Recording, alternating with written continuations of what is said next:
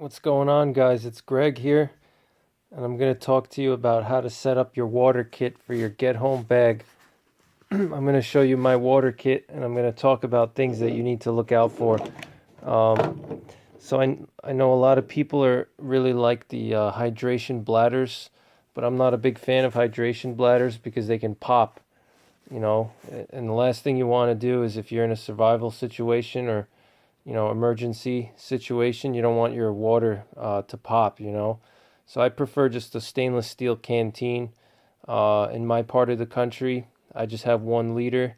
I carry 1 liter in my survival bag because, and I have it in an insulated canteen pouch here. This is made by Condor. It's just a Condor canteen pouch here. It's got MOLLE webbing.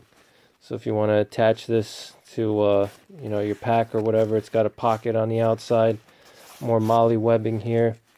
So basically, with the stainless steel canteen, I also have a stainless steel cup as well. And I'm not a big fan of hydration bladders because, like I said, they can pop. If you really have to use it in a real situation, I don't want, the last thing I want is to puncture it or something like that. So I'd rather just have a stainless steel canteen that I know is basically bomb proof.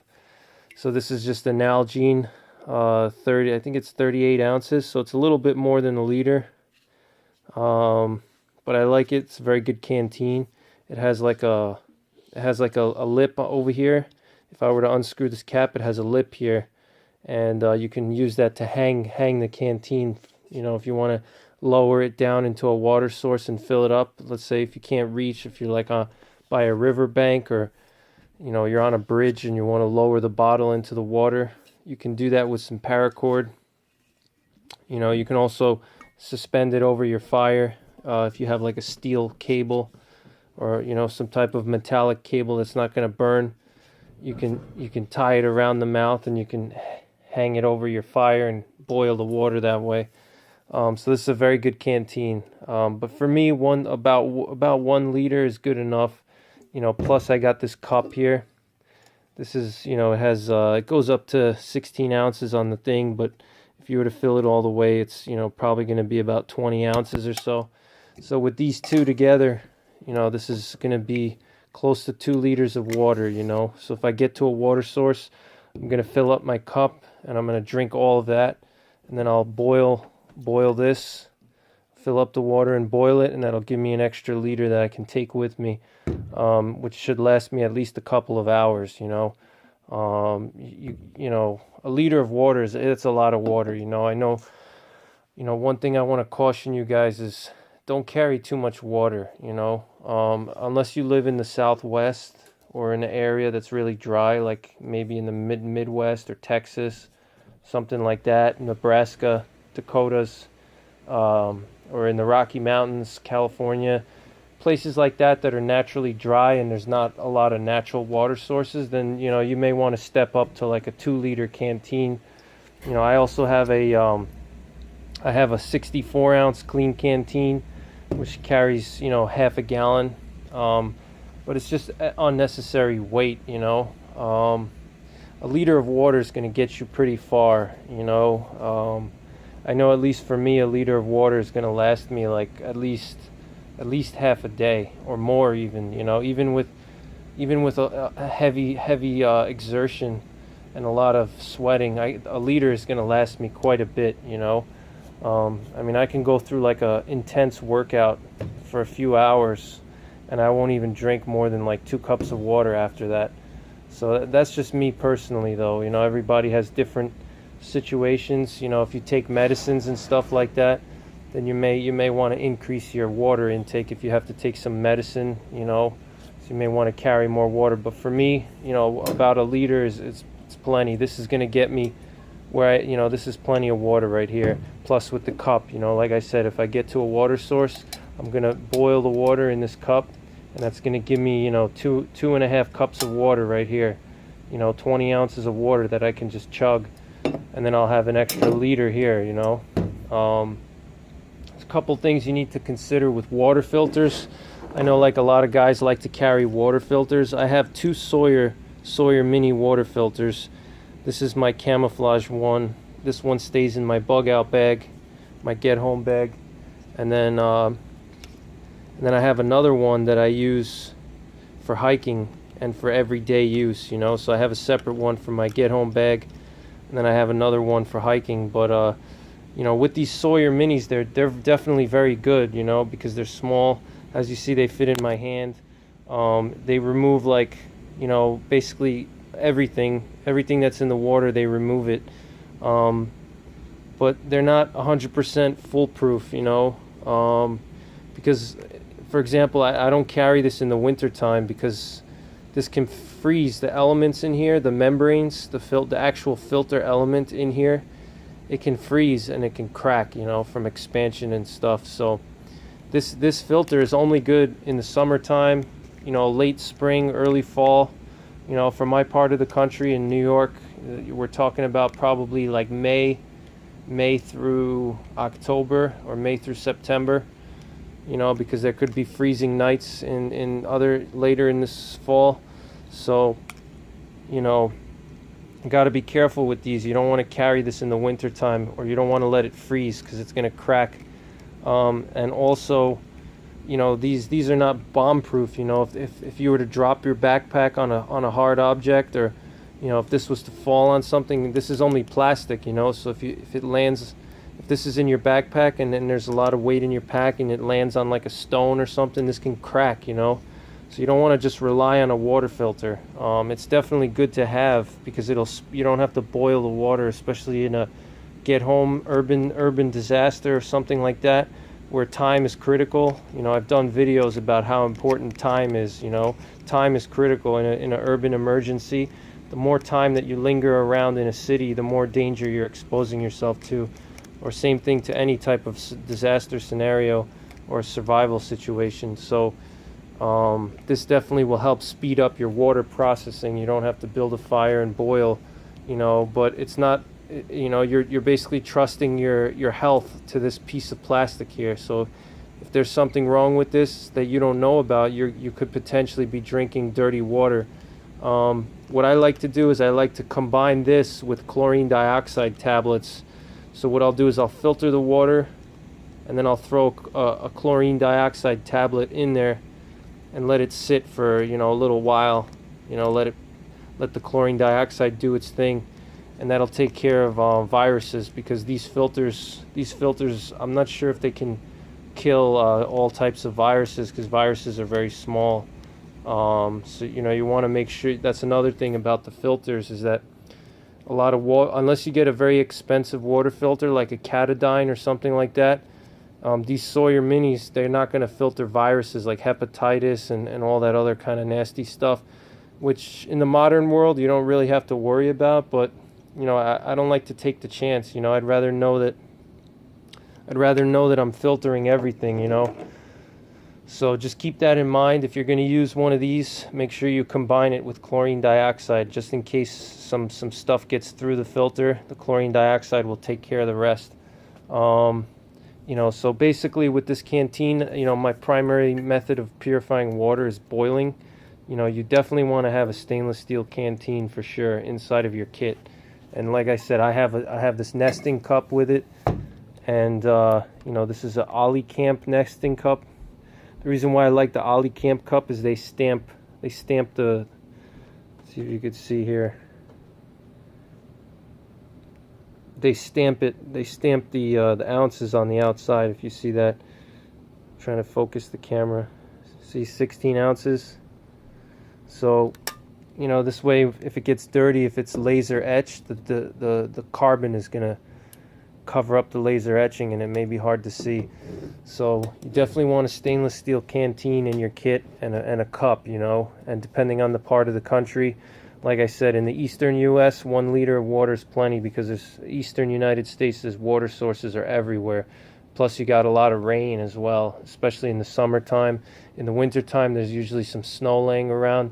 There's always condensation that you can take the condensation. You can tie bandanas to your legs, and you can absorb the condensation. You can do a lot of things, you know. So in the eastern US, I would say that, you know, 1 liter is a good amount of water. That's going to get you at least half a day of water, you know, even with a lot of exertion. And, you know, if you're in the west, somewhere where it's drier, then I would go up to like 2 liters. But for my purposes, this is enough.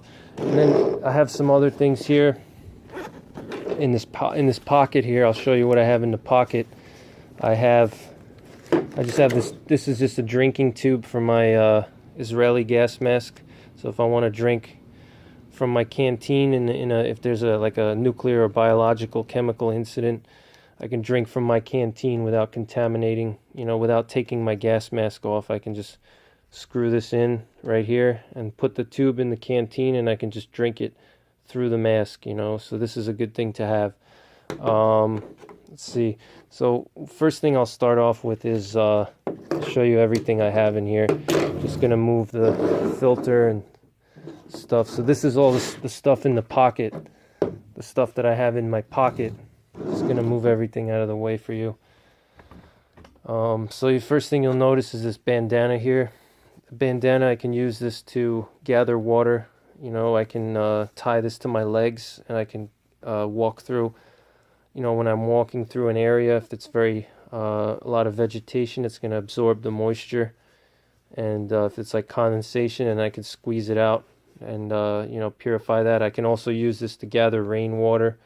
I can tie this to my backpack. Obviously this one is red, so I'm not going to really want to do that in a get home situation. I have a camouflage bandana in my get home bag, so I would use the camouflage bandana if I was going to use this for water procurement. This primarily, I have this one primarily in my kit for filtering. You know, if I need to filter dirty water, what I do is I take this bandana and put it over the mouth of the canteen, and I could put some stuff in here like sand or rocks, you know, whatever, and I can run the water through, and it's going to give me a little bit of filtration. Obviously it's not going to be the best thing, you know. If I wanted to, I can really go crazy and make a hardcore filter, but in a get home situation, survival situation, you want to keep it simple, keep it fast. You know, you don't want to spend hours building a filter. So, you know, and in this situation, I actually already have some activated charcoal. You'll see here activated charcoal, which is the stuff that you use in fish tanks. And basically the activated charcoal, what it does is it filters out contaminants in the water. So if you're in an urban area and you have to get water from an urban water source, like a urban creek or like an urban pond, you know, chances are there's going to be some runoff from the roadway. There's going to be runoff. There's going to be groundwater that's contaminated from nearby businesses, you know, and different types of industrial areas. So the water in an urban area, the water is going to be contaminated, you know. So you're going to want to have a way to get those contaminants out of the water. So the activated charcoal, what you do with this is, you know, if you guys ever had a fish tank, the activated charcoal, when you use it in the fish tank filter, it takes out all from the fish, because the fish poop in the water, and the water can get, you know, contaminated with fish poop. What you do is you just, you know, the fish water filters, it just filters through this water constantly, you know, when it's plugged in, and it just cleans the water, you know, because the water is constantly going through the activated charcoal, and the charcoal has a molecularly porous surface on the outside, you know. So if you were to look at this on a microscope, there's a lot of pores, and so all those microscopic contaminants that might be in the water, like heavy metals, pesticides, you know, petroleum-based products, things of that nature, that, you know, you typically would see in like a urban water source, a lot of stuff like that, you know. This is going to help filter out some of those contaminants. Now, is it going to filter it out as good as like a, you know, professional water filter? You know, obviously not.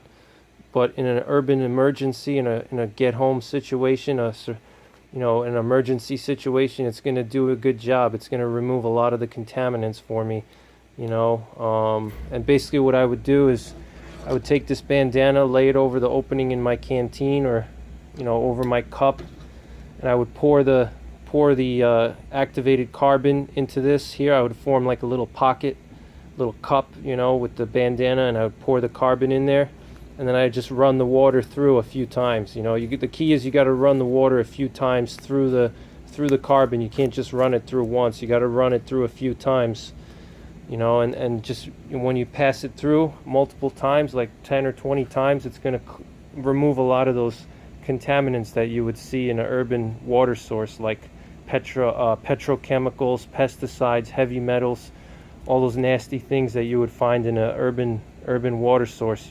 So I would say that I highly recommend getting some. You can go on Amazon and you can buy some activated carbon for like 10 or 20 bucks, and you could also keep it at your bug out location or at your home. If you have to ever filter water for whatever reason, if you suspect that the water's contaminated with something, if it's like a nuclear attack or some type of chemical attack, the water sources may be contaminated. So this will definitely help reduce the contaminant levels in your water. And I just have it in a UCO stormproof match case, so it's it's waterproof, and it's tough. It's not going to get crushed. So I got that. I got the bandana. Like I said, I could use this with the charcoal. I could also put sand and rocks in here if I want to if the water's like very turbid. Let's say the water's very murky. I could use sand and stuff like that to filter out, the water and make it a little bit clearer. And the reason you would want to do that is when water is very turbid, it's hard for your chlorine dioxide to work. The water has to be as clear as possible for chlorine dioxide to work. So you want to filter out the turbidity, get some of the organic matter out of the water, and you could just do that with a little bit of sand or even dirt. Anything that can filter out the organic matter in the water. And like I said, you can use the bandana to gather water for yourself. Obviously, I have another bandana. This is a red one. It's a Budweiser one. It's a nice bandana, actually. Had it a long time. Budweiser, King of Beers. Probably had this for like 15 years. But, I have a camouflage one. And the camouflage one, I would use that primarily to gather water. Because this is red, it's going to stand out. So with the camouflage bandana, I would just... Another trick that you could do is, like, if you're hiking, if you're making your way home and it starts raining, you could tie your bandana on your backpack, and as it rains, the bandana is going to absorb the water, and then you just, after a few minutes, you can just squeeze it out into your canteen, and you're good to go. If you had to, you could drink it just like that. You wouldn't even need to filter it, or not filter. You wouldn't have to purify it, because rainwater usually doesn't have any contaminants, unless it's like after a nuclear attack or a volcano eruption. Then you're going to want to worry about acid rain and contamination of rainwater. But in normal situations, rainwater is clean. You don't have to worry about filtering or purifying. You just drink the rainwater. You can use the bandana to absorb water sources that are scarce. So if you see like a little spring coming out of the ground, or sometimes if you go up to like a rock wall in an area where there's rocks, like natural rocks underground, many times you'll see groundwater leaching out from the rocks, and you could use your bandana. If the water is just like a little bit and it's not a lot, you can use your bandana and stick it over where the water is leaching out, and hang it there for a few minutes, and it's going to absorb the water, and then you just squeeze it out into your canteen, and then you can just purify it. You just squeeze it out. So a bandana is very useful, especially a cotton bandana, because cotton holds a lot of water. It absorbs water very easily, and it holds the water. So you definitely want to have a bandana handy for filtering and for water absorption, so you can gather water. So definitely have a bandana. You're definitely going to want to have some activated charcoal.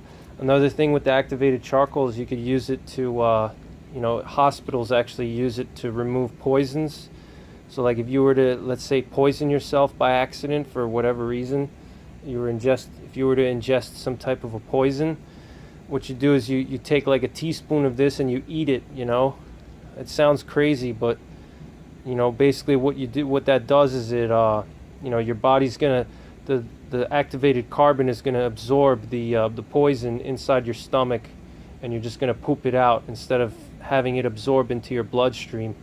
So, you know, obviously you would have to ingest it pretty quickly. So like, let's say if you know that you ingested something like some kind of a poison and you ate, you know, somehow it got into you, you know, you ingested like a poisonous thing, and you know, the key is you want to take it as quickly as possible. This way the carbon is going to absorb the poison, and you're just going to poop it out, you know. So that's another good reason it's multifunctional. I got this steel snare wire. It's actually just picture hanging wire I got at Home Depot. It's like 150-pound breaking strength, and I just put 2 loops on here. I could use this for snares if I want to snare some small game, but I can also use this to hang my canteen, because I told you I have that lip here. You know, I don't want to take the canteen out now because it's filled with water, but there's a lip here. And basically what you do is I can hang this cable around the lip, and you know, I can suspend it over the fire. You know, so that's what I have this for. I also have another, you know, also this is good if you need to take, I forgot to mention that, you know, because this canteen has that steel lip around it, I can use this not only for boiling if I want to hang it over the fire, but like I said, I can lower it into a water source with paracord. But also with the steel cable, I can use this to take it out of the fire once it's finished boiling. I can take it out of the fire, and I could even lower it into like some cold water, you know, and it'll cool off a little faster. And then I just have this fish spreader from the Pathfinder School, Dave Canterbury Pathfinder School, and this is just a backup way of taking the canteen out of the fire if I need to, you know. So what I would do is you just stick this in, you close it, you stick it in, and you let it open, and these sides here, they're going to grip the inside of the canteen, and you can just lift the canteen out of the fire. So I have that. And